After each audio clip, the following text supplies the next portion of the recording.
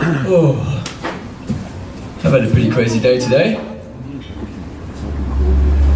I didn't work out when I got up. I didn't have the coffee that I probably should have had to get my day started. I didn't phone my mum in the UK. What else didn't I do?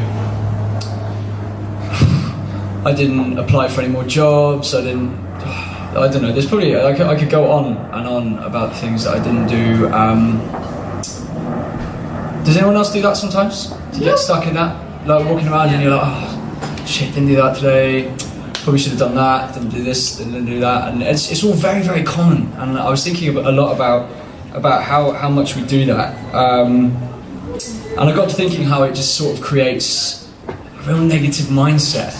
And how too often, if we just get ourselves down all the time, then it can really affect us, not only on a sort of an instantaneous level, but for longer periods. And basically, I know it's something that we all deal with, and I wanted just to ask a few questions for you guys to sort of ponder over, and then I've written like a short sort of spoken word piece that I'd like to deliver as well.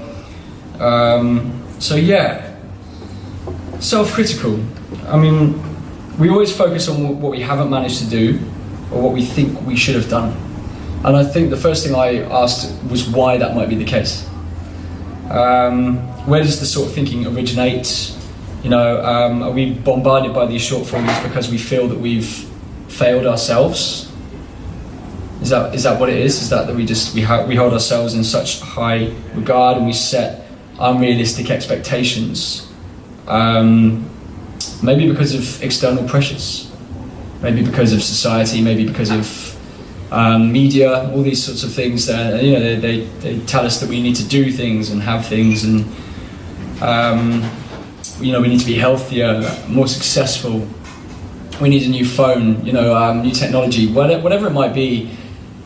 They play on our minds. You know, we log these things and we watch an advert or we're told about something, we see a new computer, a new gadget, a new car, and oh yeah, that'd be great. You know, there's just this idea that we need all of these things, and we store them away, and then, you know, when we're alone, or maybe even when we're out in public and we could be surrounded by other people, but we're in our own minds, and then, you know, at times maybe it's quite a surprise when it happens, but you just get this little thing that comes up in your head, this little voice that sort of says, oh yeah, you still don't have that, do you?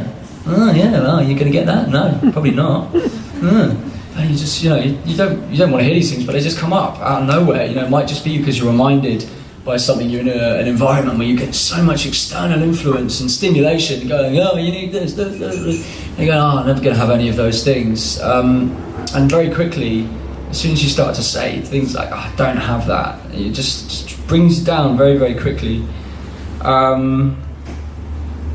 And we lose respect, and we can lose confidence very quickly in that mind frame, and that's not healthy. And another thing is, you know, sometimes we judge ourselves for not having original thoughts or ideas. Does anyone do that? You're like, oh yeah, I'm going to be creative today. I'm going to write something. I'm going to write a song. I'm going to pick that guitar up, and then you go, oh no, I'm just playing Wonderwall again, you know, 100 times over. For fuck's sake. You know, there's this belief though that thoughts are like little sparks of energy that simply jump between us, and we attract the thoughts that reflect our current emotional state. And so it's probably actually quite rare to have a truly original thought. You know, we're all connected and we're all experiencing things in a similar way, and so could we go as far as to say that thoughts are an extension of our experience, and that we share those like we share moments of eye contact or you know, external experiences as well.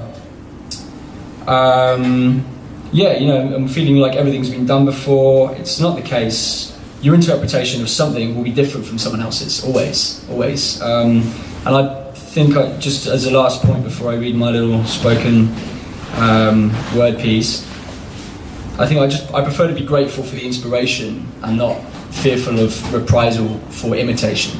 So inspiration over imitation. You know, if you hear a song or you see a piece of artwork, and it's okay to take inspiration and then create your own artwork and your own interpretation of what you see.